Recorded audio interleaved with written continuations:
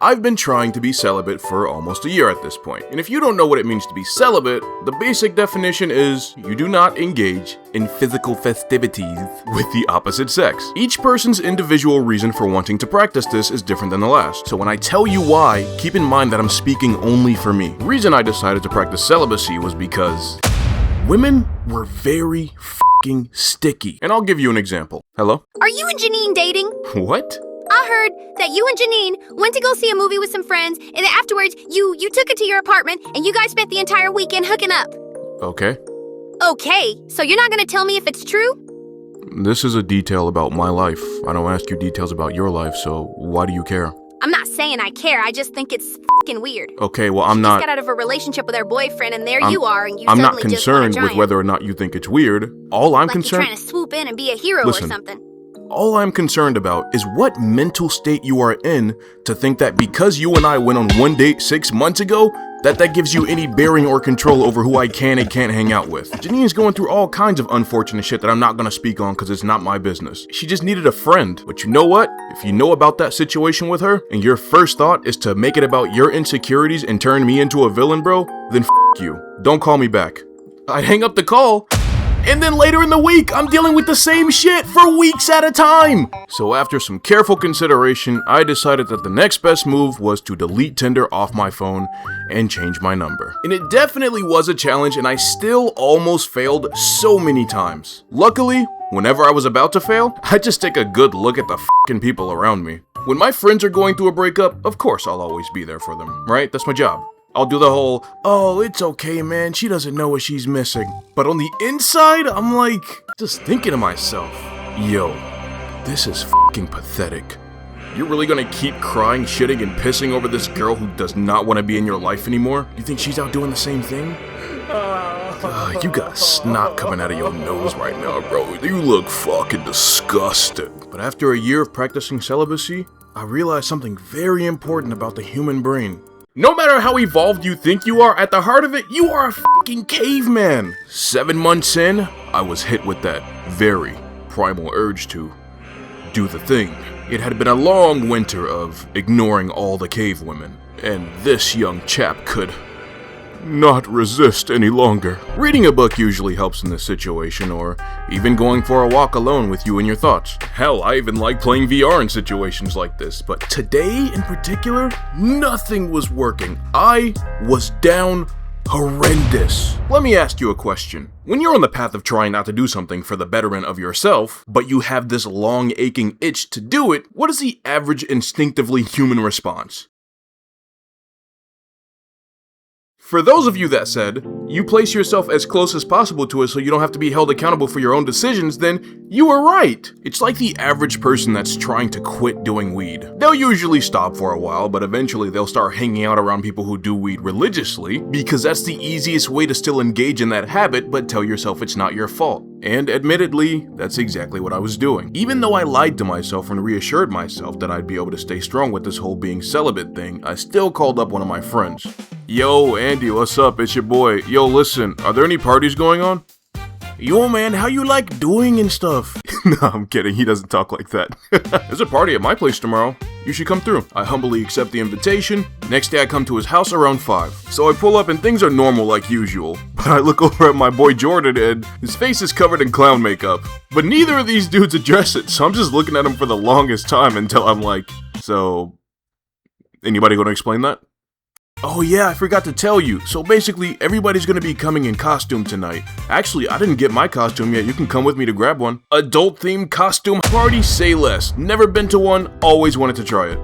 But I like to keep my costume simple, so I found a mask that I really like and a bat covered in fake blood. I'm not usually the kind of guy to go into my inventory to pay for something, especially when I didn't plan it way ahead of time. But shit, you only live once, right? Unless reincarnation's a thing. I decided to just do the whole purge participant look because it was simple and cost effective. Andy decided to do the same thing because, you know, it was simple and cost effective. He starts telling me about this girl who's gonna be there tonight, and I tell him, yeah, dude, I'm not even on that tonight. I'm just trying to chill. But on the inside, I'm like, target acquired.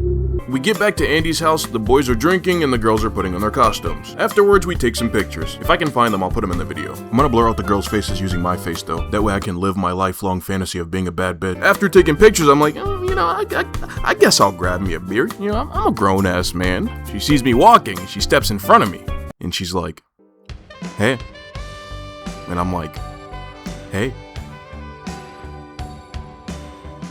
Yo, when you get the chance, send me like $100. All the boys that night put on some money so that we can rent a party bus. This thing was spectacular. We're just standing in the middle of the street looking at this thing in awe. I was probably the most excited for it, but you know, you gotta stay nonchalant type shit. The closest I had ever come to this was a limo at prom, but this thing was way better. Everybody chooses their seats. The guys sit in the front, the girls sit in the middle, and I choose to sit at the back. I do this for one simple reason. If a girl wants to talk to you, that means she got up from where she was sitting and crossed the room of her own choice to do so. Because one thing I've learned is girls don't generally approach guys that they are not interested in, and girls aren't generally interested in guys that approach them. This taught me one thing: you're not allowed to go to the fish. You have to set out a net and just see if the fish comes to you. Although, that's just my strategy. You may find something else that works. As I keep repeating to you guys, I'm not a dating coach. So we're all goofing around and everybody's chilling while the bus takes off. Andy screams, "Shots!" Instantly, the whole bus just loses their collective f***ing minds. Yo, we had a good ass time. Wait, hold on, I think I have footage, let me play it.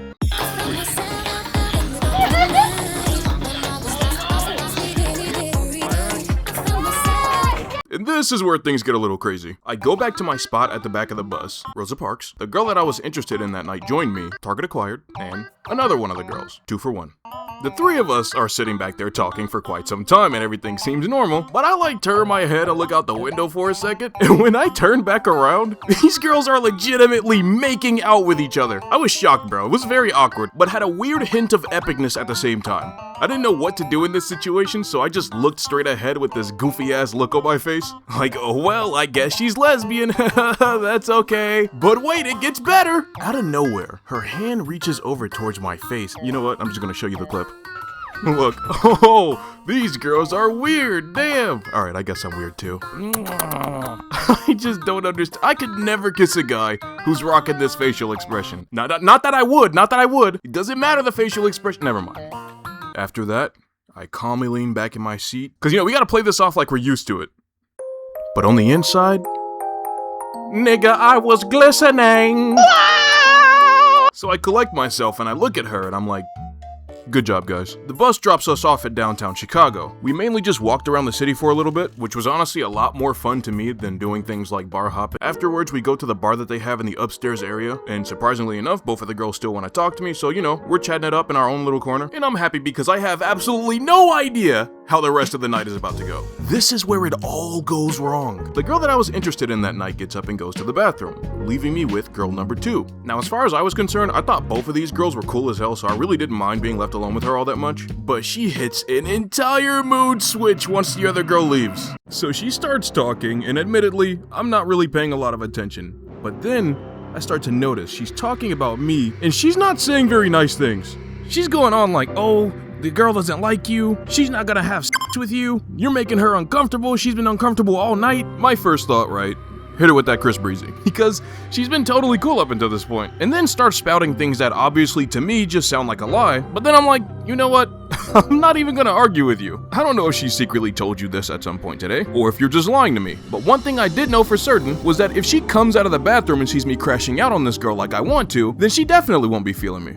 So she comes out of the bathroom and this girl is still crashing out at me, but we kinda just let her give her speech. I look over at Fine Shit 1, and she's just giving me this look like, yeah, I don't know what she's talking about. So then when she finishes yelling at me, she says, oh, I'm ordering an Uber. Are you gonna come with me or not? No, but get home safe, which I think was a very classy response. She grabs my hand, and we proceed to enjoy the rest of the evening. And I didn't have any hard feelings about her crashing out at me or anything. I figure maybe it was just the alcohol or something, or maybe she got really attached to the girl during the night. After that, we all walked over to the nearest Taco Bell, and man, that was just one of the most chillest and wholesome nights of my life. Alright, well maybe not completely wholesome. This is why I say she's really classy. I explained to her that I didn't really want to get too physical, and she understood and was willing to wait until I did. A lot of girls, I'm gonna be real with you, are not going to be as understanding. They're gonna try and talk you out of being celibate because they view it as a rejection of them instead of a rejection of your own lust.